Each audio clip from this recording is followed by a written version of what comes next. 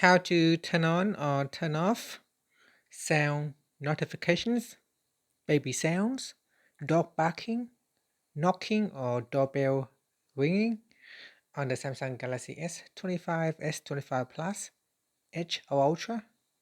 First tap on the home button to return back to the home screen. Then on the home screen, swipe down at the top to open up quick settings. Now in here, tap on the settings icon. Next, we then scroll down and tap on accessibility, then tap on hearing enhancements. After that, we go down and tap on sound notifications. Now in here, tap on open sound notifications. Then make sure you tap on this toggle button to turn it on. Then tap on the list items.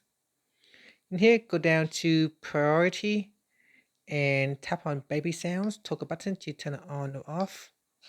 And dog barking sound, knocking sound, doorbell ringing sound. If you turn this on, then when the phone detects baby sounds or dog barking, it will notify you.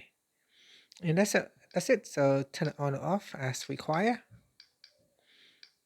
And after that, tap on the home button to return back to the home screen.